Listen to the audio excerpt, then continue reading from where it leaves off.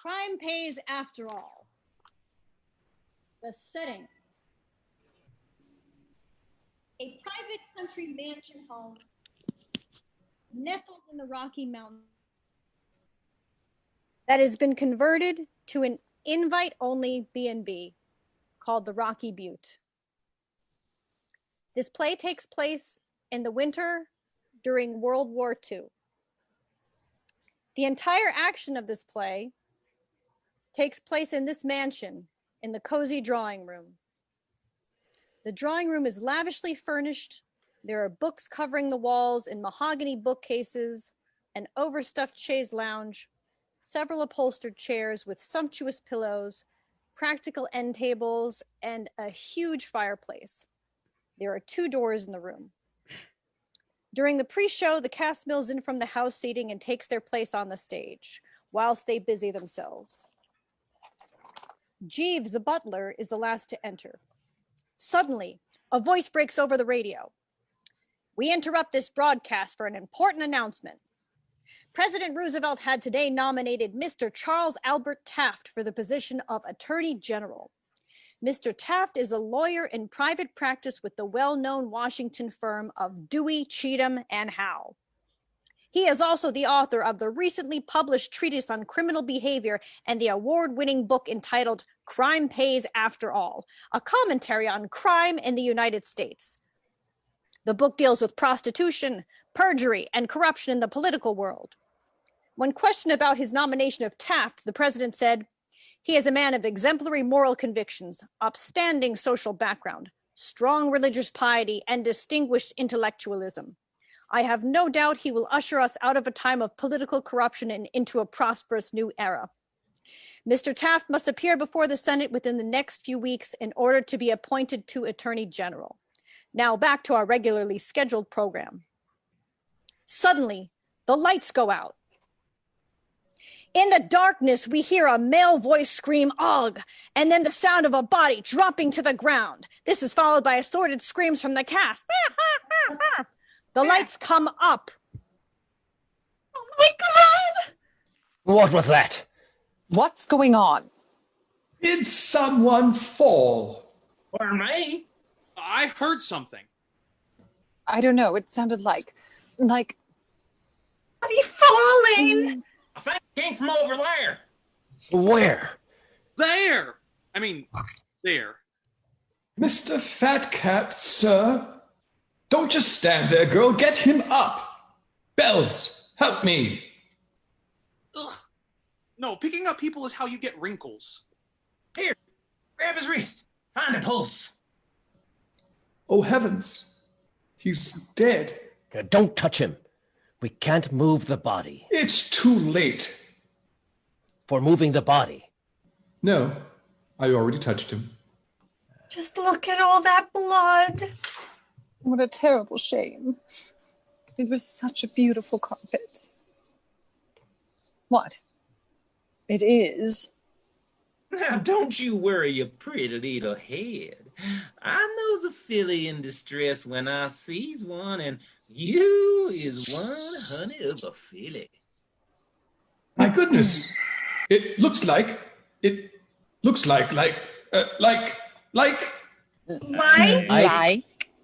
Good grief, I think he's been stabbed. What's going on here?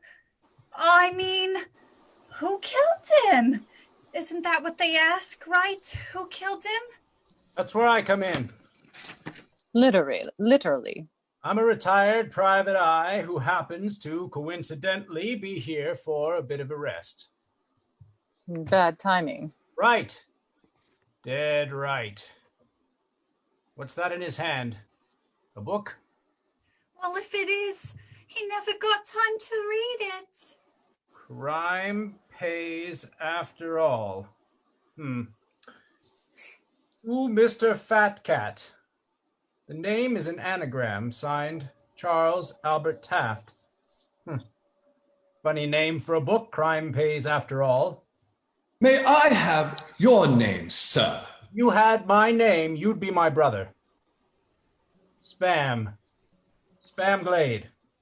Spam. Like, ham in the can? Right again. No relation.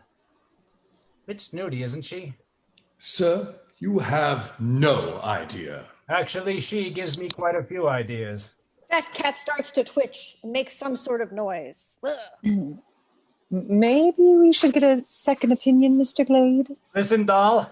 I've got an undergraduate degree in biochemistry, a master's in criminology, a PhD in forensic pathology, and if I say that body's dead, that body's dead. The game is afoot. Now it's up to us to find the murderer. Murderer? Murderer? Murderer? Is there an echo in here? There's a murderer here? Oh, heavens! I think I shall faint. Looky outside. We're plumb snowed in. The bridge is frozen over, and the phone is dead. And so why are you telling us all of this? It's plot exposition. It has to go at the beginning. Well, who is it? Who's the murderer? Yeah, who is it? We're stuck here with the murderer. We're all gonna die. All of us. Will somebody shut her up? Now, since there's a tremendous snowstorm outside, and we know no one can come to or go from the Rocky Butt, or go to or come from the Rocky Butt, it's perfectly clear. It's pronounced Butte. Yes, that's what I said, Rocky Butt. Now, where was I? You were talking about Rocky Butt. I mean, Butte. Right. Since no one can come to or go from the Rocky Butt, or go to or come from the Rocky Butt, Butte! Perfectly clear. Wait. Nothing's clear. All that's clear is that we're gonna die here. And I know because I saw it in a movie once. This isn't a movie. This is real life. Will you calm down and let me finish my sentence? It's perfectly clear the murderer has to be one of us. One of One of us. It can't be. Or could it? I know what you're thinking. It's always the butler. Well, not this time. I didn't kill him. No one said you did. You're all suspects, and since we're going to be here a while, I suggest we get to the bottom of this fast. Or get to the top of it slow. Make yourselves comfortable, and fasten your seatbelts. It's going to be a bumpy night. Who said anything about seat belts? Should I bring the car around? I can go find a seatbelt, I think. What does a seatbelt look like again? Don't you guys ever go to the movies? Never mind. Jeeves, how about some drinks? Heavens! I can't even think of drinks in time like this. Besides, we're all out of ice. Well, you seem like a resourceful kind of guy. How about using some of those icicles out there? If you insist, sir. Icicles. Really. I'd like tea. Coffee. Bottled bourbon with a straw. You want hair on your chest, gal? You gotta take a swig of this here moonshine. Made it myself.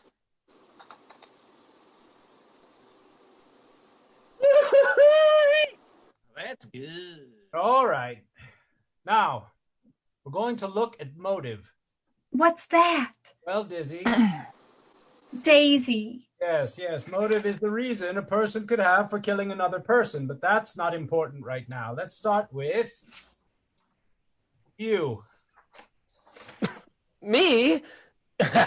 I mean, me? Ha! I have no motive. I'm just a humble squid hunter. What the hell is that? I will tell you later. Why? Because that is how it is in the script. Anyway, I'm only here because I got this letter.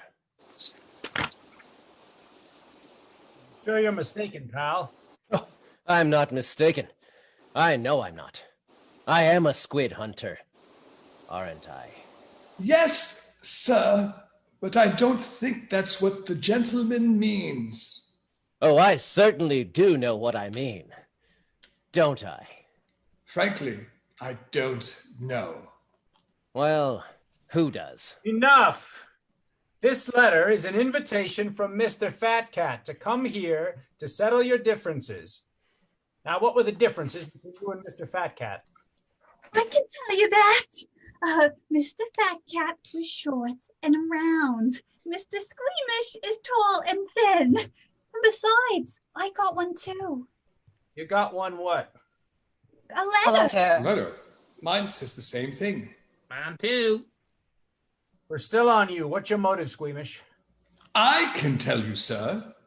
How would you know? Yar, how'd you know? I'm the butler. I know everything. The university Squeamish is affiliated with refused to continue funding his interesting, albeit strange, passion. Instead, Mr. Fat Cat offered him a huge chartering grant so he could continue flying on his squid hunting expeditions. Then, suddenly, Mr. Fat Cat withdrew his offer. But I didn't do it! What the hell is squid hunting? It's squid hunting. It sounds nasty. Can't be no nastier than being in a deer blind with an ornery wolverine. There ain't nothing nasty. Well, it's, it's when you fly around in a low-flying plane, looking at the water and hunting squid. Really? One of them there flying cone trap shins? Don't y'all need one of them there submarinist thingies to hunt squid? You mean submersible, don't you? Oh, for heaven's sake, it's the same thing. Yes, I mean, I sail around hunting for squid. How do you find the squid? Yes, and what, pray tell, does one do with the bloody thing when one finds it? Probably like skinning an eel with an overactive libido with all them arms. Let me get this straight. Squid's in the water. You're in the water.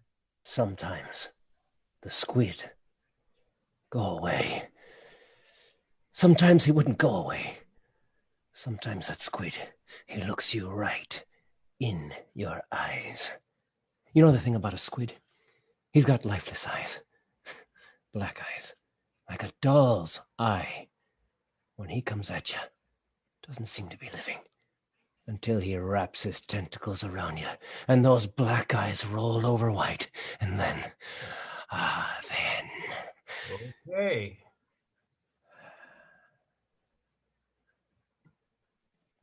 Oh, really, must I listen to this? So, Squeamish, you do have a motive. How do you know G? I heard Mr. Squeamish talking in his sleep. Talking in his sleep? Why, that's such a waste of time. No one can hear you. Indeed. I overheard Squeamish dreaming Mr. Fat Cat supplied him with substantial sums for squid hunting supplies. I felt it my duty to warn him about Mr. Fat Cat's proclivities for purloining personal possessions. Oops. I guess that means you had a motive too, right? Don't hurt me. Not the face. Ooh-wee. Y'all catch on right quick, don't you, guy? I work for him, so I've known him for quite a while. He was an evil man. Fine, either. Not only did he revoke his financial support for my new invention, he stole my patent application, filed it himself, and planned to sell it to a huge corporation, dooming me to a life of servitude. Simply awful. So you all got the same letter. What about you, sweetheart? Out with it. We was having a fling. Flinging it everywhere. No. Yes. But why? I mean, you and this old, disgusting, ugly, evil, wicked, stupid, cruel, gutless, heartless. He promised me he could get me a really good job. The kind every girl dreams of. A real titan of industry. A head honcho. He said I could be a secretary.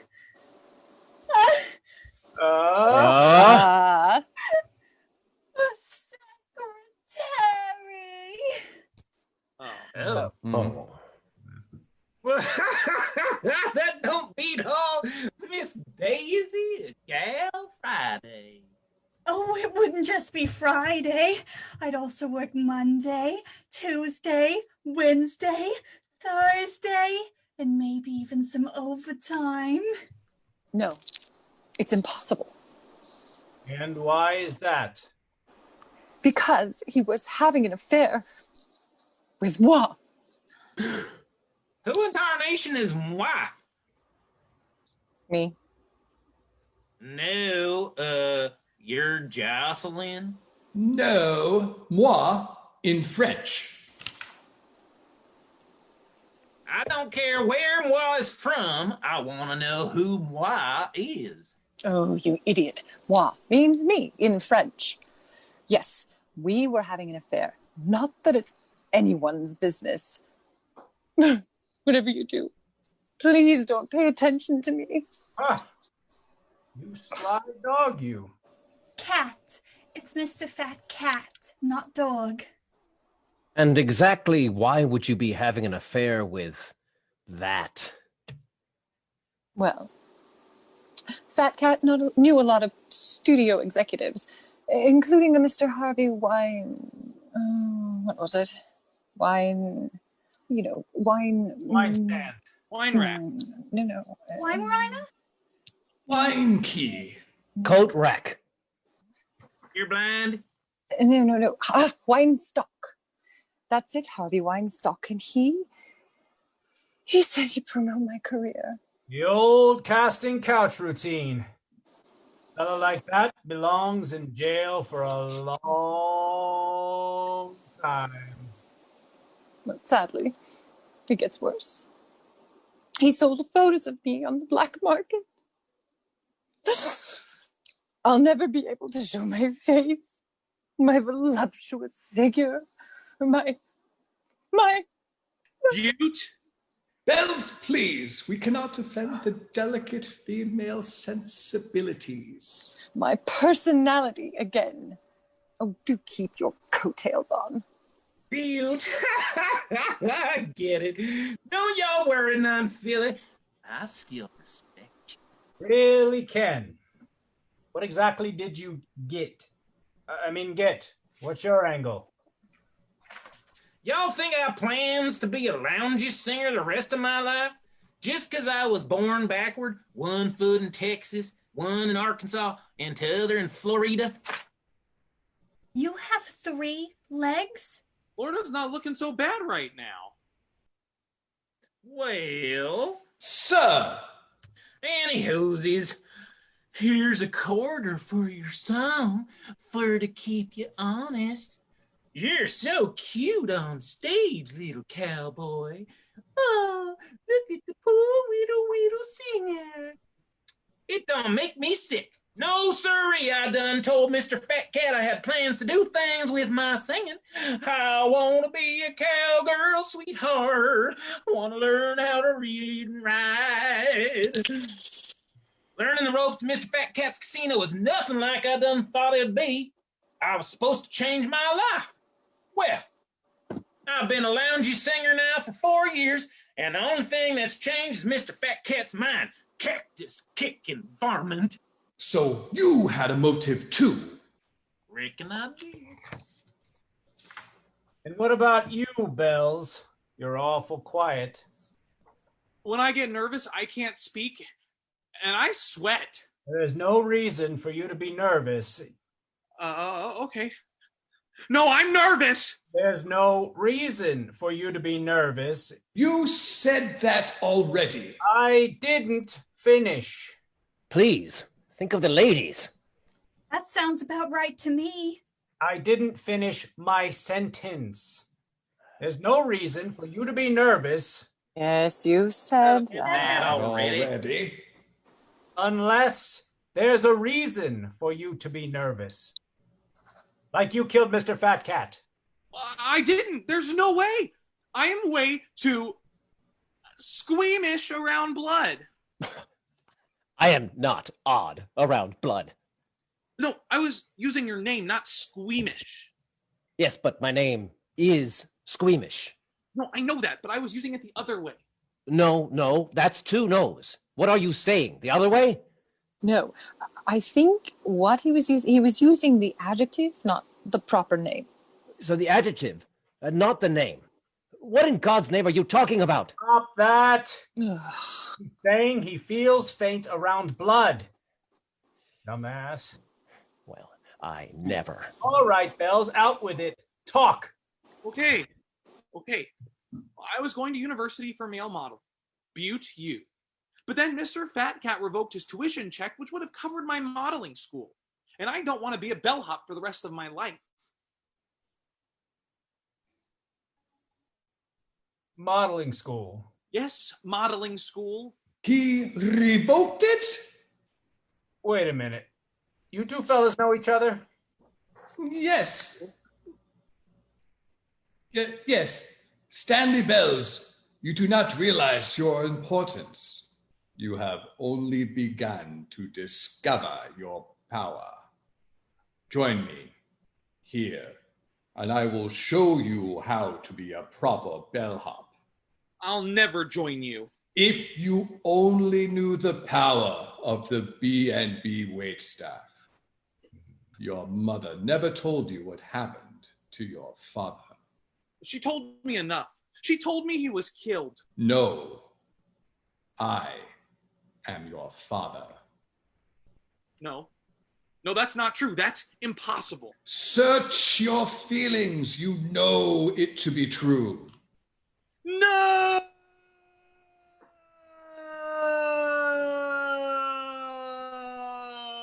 What in the hog hell ever loving tarnation is going on here? It's true. He is my son. His mother and I divorced. I moved out here to Rocky Butte, when his mother died. Mr. Fat Cat helped me track down my son. He promised me that when he was old enough, he would send my son to Butte U, the nearest college to me, so that I might be able to see him occasionally. It was only by strange circumstance that is indicated by the script that he took the job here. So, not only had Fat Cat doomed me here when he stole my patent, now he has doomed you here as well. No, I am way too really ridiculously good looking to be in customer service. Well, detective, now you have all your suspects, but... But what about the weapon? I mean, isn't there supposed to be one? She's right. We really should be concentrating on the weapon. Oh, this reminds me of the time that a huge cargo ship washed ashore and I had to crash land my plane on the beach, and no one quite knew what had caused it to sink. Everyone looked at the ship to see if it had been sunk by a torpedo or if it was just carrying too much heavy cargo and couldn't stay afloat, but it turned out the problem was neither. In fact, the ship had been attacked, but not by another ship, no, or even a submarine for that matter. You see, a giant squid had attacked it, and it had washed up on the beach, and then I realized that I had crash-landed my plane on the beach. Anyway... So the weapon might give us a clue who the murderer is. Lead us right to him like a marten to a gourd, then we'll take the scoundrel out and hog-tie him. Can we all calm down and stop shouting? No one's shouting. Oh. Any ideas on what the weapon might be? Actually, yeah, I think. He starts to walk, but the lights go off, and we hear a scream and the sound of a body falling.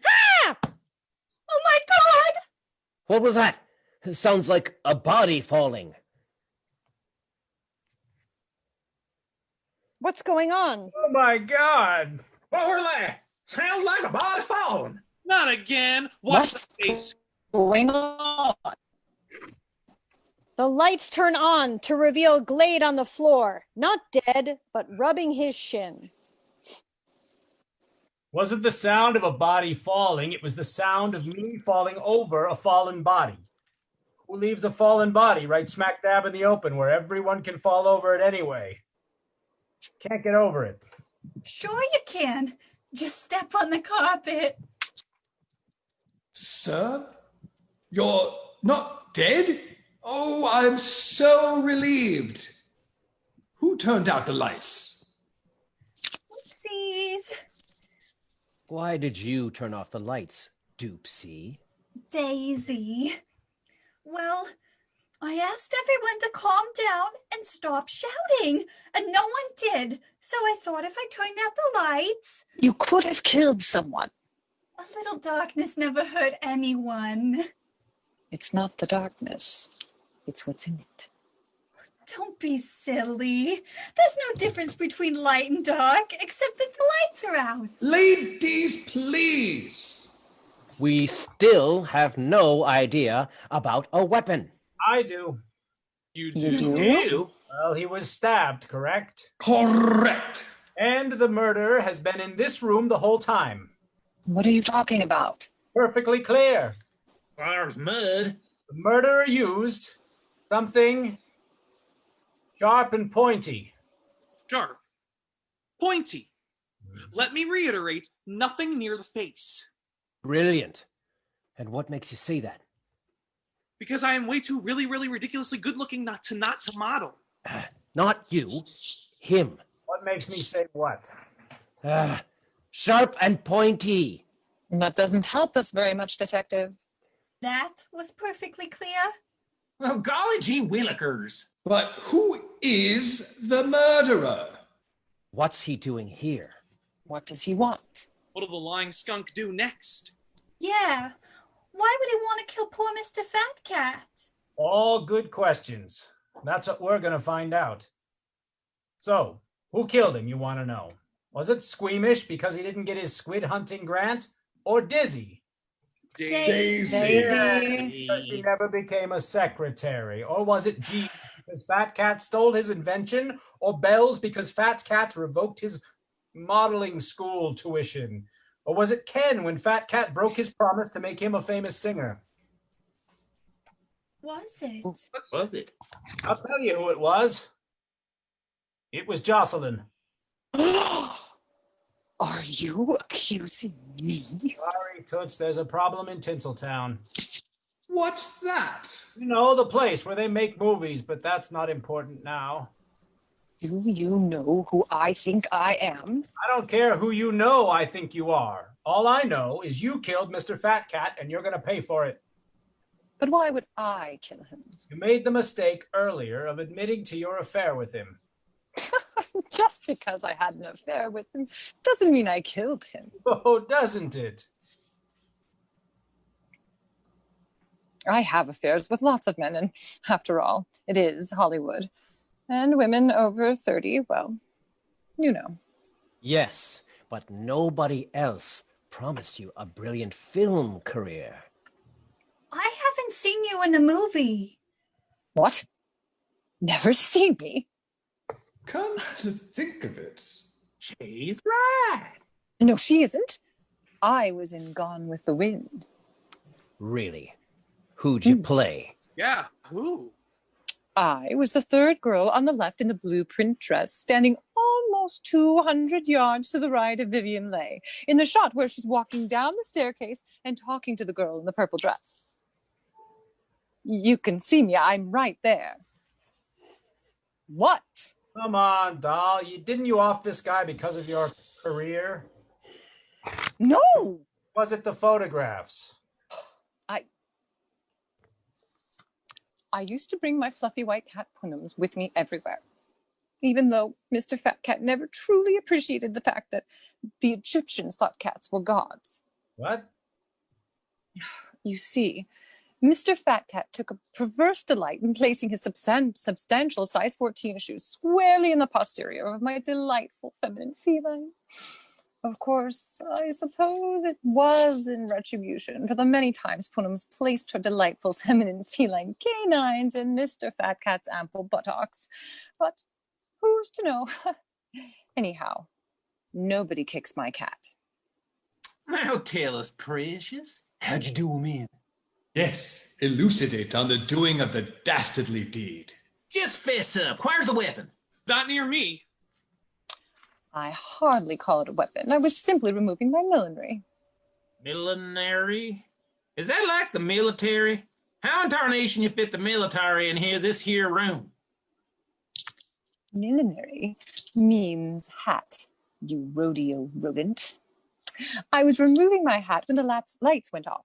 Someone fell into my arms. I tried to catch him with my hat in my hands, but he was too heavy and he fell, wrenching my poor hat from my bruised palms and falling on it. I heard a loud thud, a big ugh, and when the lights came on, I realized he must have fallen on my hat with the hat pin still in it. See how long and pointy it is? So you didn't intentionally stab Mr. Fat Cat with your hat pin, doll? Oh, no. All the oceans of the world would not wash out that damned spot. This is preposterous. I think it was you.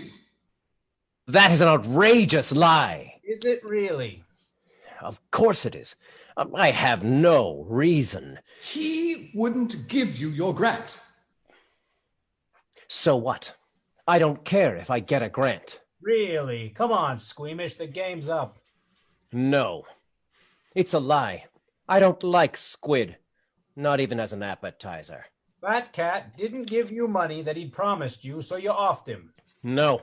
And then you killed him. No. What'd you want for to hood squid anyway? What is a squid hunter? I already told you. It's when you fly around in a low-flying plane, staring at the water and hunting squid. You don't even know what it is. What are you talking about?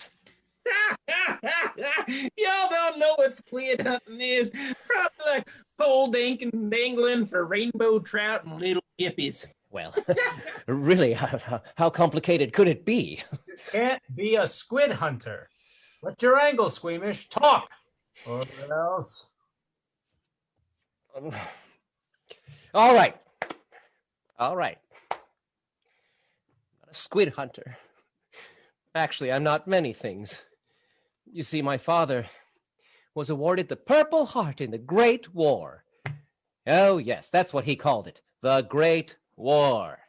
Dear old Dad always reminding me every day of my life of his Great War exploits. Have you any idea what it's like living in someone's shadow?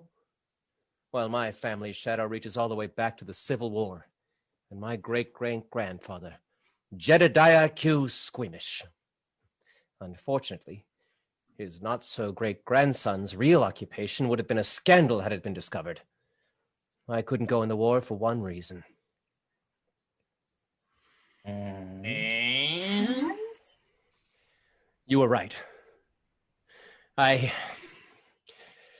can't stand the sight of blood, especially my own. It makes me positively squeamish.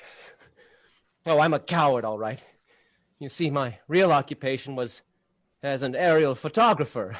When the university cut off my funds, the Axis powers offered to pay me to sell them pictures of American military installation overseas.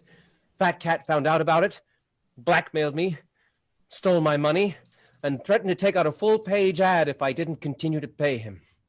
He made my life a living hell. Squeamish, I think you've been flying where the air's too thin. How dare you? I had to make a character for all of you to believe in on the spot. I figured what would be more logical than a squid hunter? Were you making that tale up? Yes. You're also afraid of blood? Oh, yeah. Oh, yeah. I was trying to divert earlier when you brought it up. But where's your weapon? Well, any aviator worth his salt keeps an ice pick handy for cleaning fuel lines and for other things. Anyway, when the lights went out, I was cleaning my pipe, and someone pushed me from behind. I bumped into someone else. I heard an ugh. And when the lights came up, Fat Cat was lying on the floor. So you never purposefully stabbed him with your ice pick? Oh, I wanted him dead, all right. But if I didn't go to war because I was afraid of the sight of blood, why would I stab anyone? What about you? You're not as dumb as you look. What's that supposed to mean? It was you. Me? Doll, we all know you had a motive. Yeah. You were supposed to be a secretary, right? Pathetic.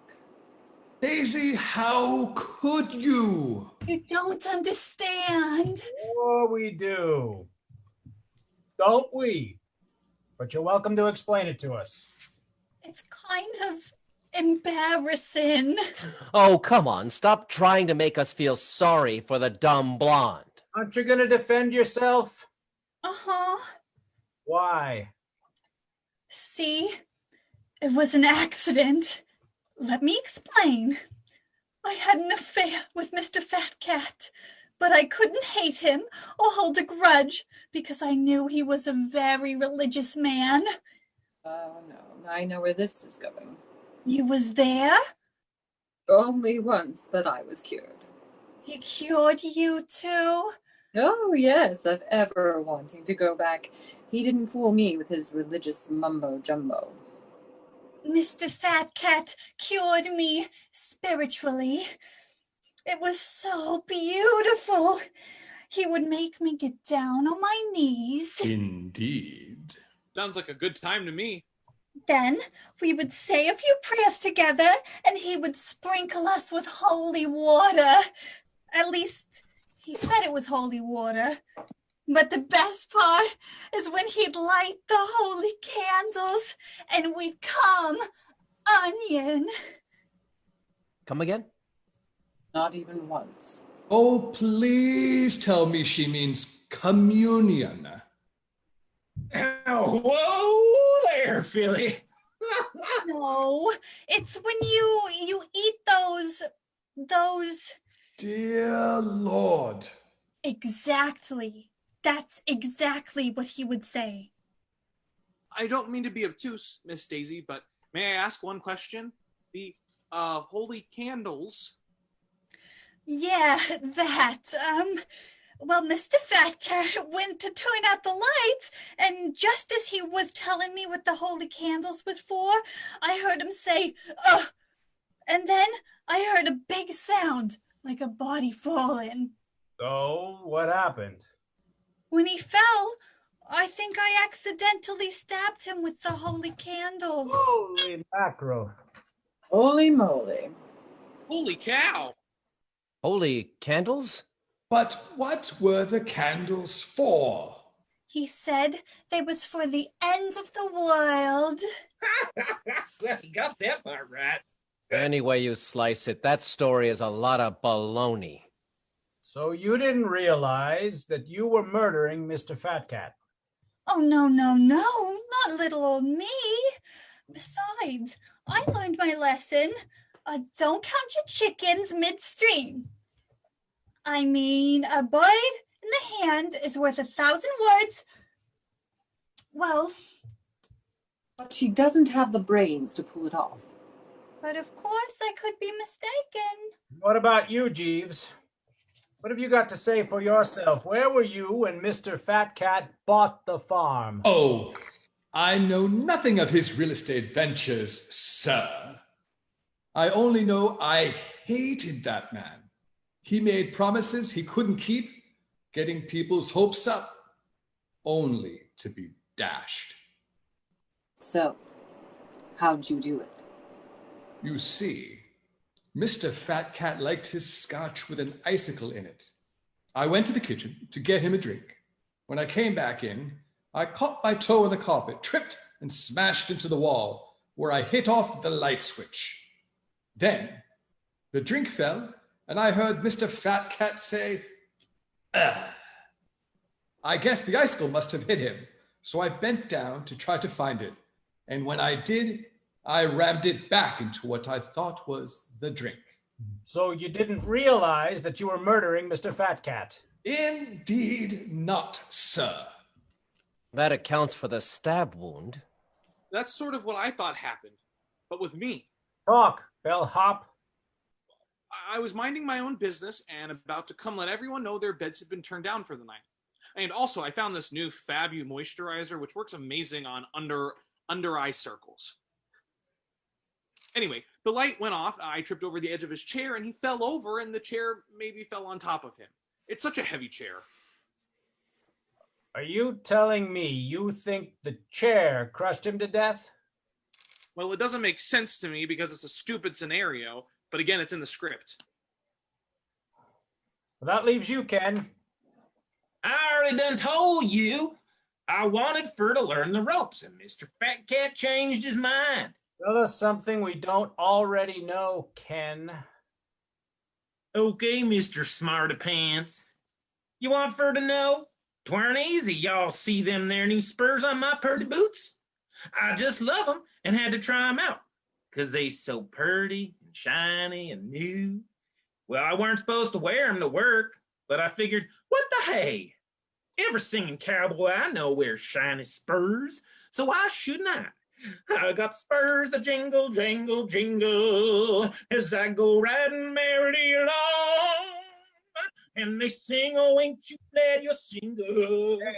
Okay, Ken. Get the point. So's anywho's, let's go out. I done scramble Fur to find that hooty water light switch thingamajiggy. I reckon I heard a bump, bump, bump. So I think to myself, what were that? So I done back up and heard again, bump, bump, bump, bump. When the lights go on, there's that prostrate cow poke line stealer than a hog-tied mule. You didn't spur him on purpose, did you? Heck no, ain't no dignified way for a cowboy to go to that great cattle drive in the sky. Well, I don't know. It seems too obvious. Mean who done it? That's my line, sweetheart. You still don't know. Know what? Don't keep us in suspense. I can't stand it. I literally can't. It was me. Didn't any of you wonder what I was doing here? I thought you said rest. No, I'm here because I used to be a detective. A good one. One of Fat Cat's closest friends, a fella they called Dirty Dog, killed one of his lovers. It was a real big deal. You might have heard about it, the XYZ affair. Not only did Fat Cat have me pulled off the case, but Dirty Dog's lover was my wife. When she turned up dead, I had to take the case. Fat Cat set it up so I looked incompetent. He made it seem like I'd fouled up evidence, failed to preserve crime scenes, stuff like that. He ruined my career, had an affair with my wife, stole my car, then he killed my secretary. Wow, he was a really bad guy. He trashed my apartment, tore up my old trench coat, stole my Bible, and shot my canary bird. How awful. Broke my reading glasses, stole my other car, TP'd my garage, and killed my other secretary. My jeeves. The best part is now I can tell you the whole story, even though you probably already know. All of you aren't a very good bunch of liars. What are you talking about? Very convincing stories you made up. Miss De Winter, really, your cat. And poor Dinky. Daisy. Yes, trying to pretend she accidentally killed Fat Cat with the holy candles because she was so dumb. Squeamish, I found your story about the squid hunting and aerial photography illuminating, if not a bit far-fetched. And Jeeves, the part about Fat Cat stealing your invention, most creative, or bells with an improbable, implausible, impossible story. And let us not forget Ken, our homegrown, homespun, country singing cowboy. How original. You strange people had some good stories, and I very much enjoyed listening to them. Yes, but you've killed a man. We could turn you into the police for murder. Yes, I suppose you could, but I don't think you will. Not at least until you hear what I've got to say. First of all, none of you know what I know about each of you. Let's start with you, Squeamish. You were a photographer, all right, and you hunted squid occasionally, but you should have drawn the line when you started with the family lineage. The only line you've ever had was as a small-time crook, and the only hunting you've done is for ways to line your own pockets. You found out that squid ink could be distilled to make a potent drug called Stinger, and you had every intention of selling it yourself until Mr. Fat Cat found out and weaseled himself in for a hefty cut.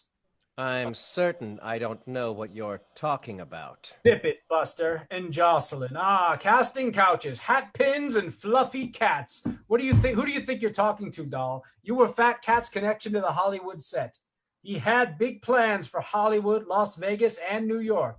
Figured if he tied them all together, he stood to make some pretty big bucks, what with controlling the theaters, the movie content, and you. You're outrageous. I know, doll, it's part of my charm. And you, Ken.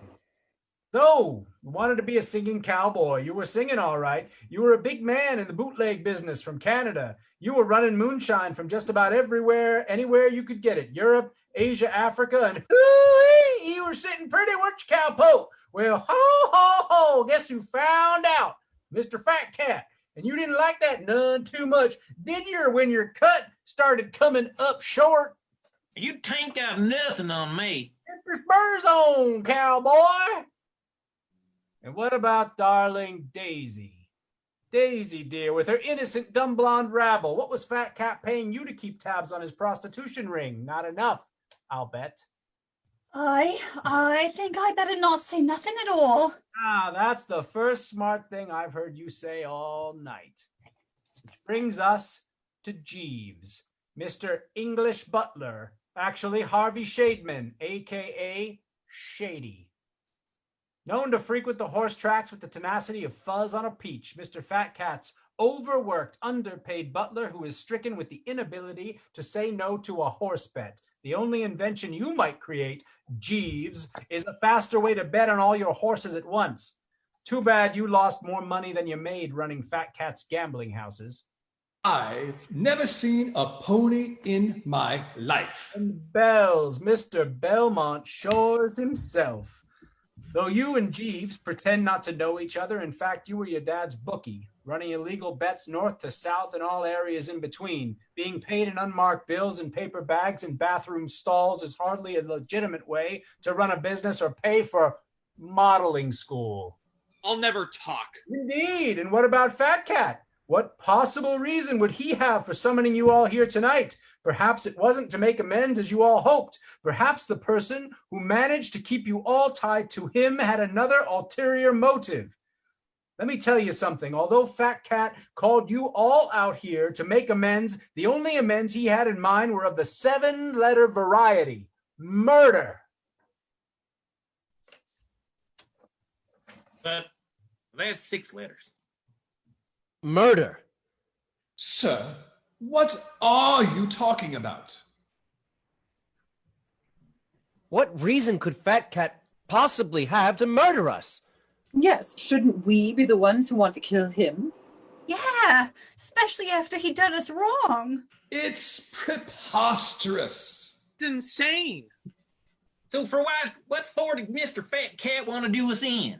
Because his name isn't Fat Cat. It's Charles Albert Taft. Like from that there radio broadcast? The very same. Wait, I don't get it. Who wouldn't? To Mr. Fat Cat, the name is an anagram. Charles Albert Taft. Charles Albert Taft. C.A. Taft. It's an anagram for Fat Cat. What's an anagram? If you mix around the letters, you idiot, it comes out Fat Cat. So, what exactly is going on here? How do you think this will look when Fat Cat, or should I say Charles Albert Taft's face, gets plastered on every newspaper from here to Timbuktu? Fat Cat has to go before the Senate. He'll never hold office when those dirty little secrets of his come to life. When you good people come forward, well, that would be the end of Fat Cat's shot at becoming Attorney General. I mean, really, stealing and then selling an extremely potent new kind of drug, plotting to monopolize the movie business, purloining profits from the sale of bootleg moonshine, not to mention the owning of many gambling houses and a prestigious prostitution ring from which he received plentiful profits. The list probably goes on and on. Guess this is yet another example of a crooked politician leading a double life. That's preposterous. I know, but it's in the script. I could use a drink. Me too. Can I get you a drink, Mr. Detective Man? Only if you all will join me. He pours out 6 glasses. Toast. Fat Cat is dead. Here's to crime. Guess this just goes to show crime pays after all. They all raise their glasses and drink. One by one, they suddenly fall to the ground, lifeless. Mr. Fat Cat gets up, picks up his book, Crime Pays After All, and turns to the audience. Crime pays after all. Ain't it the truth?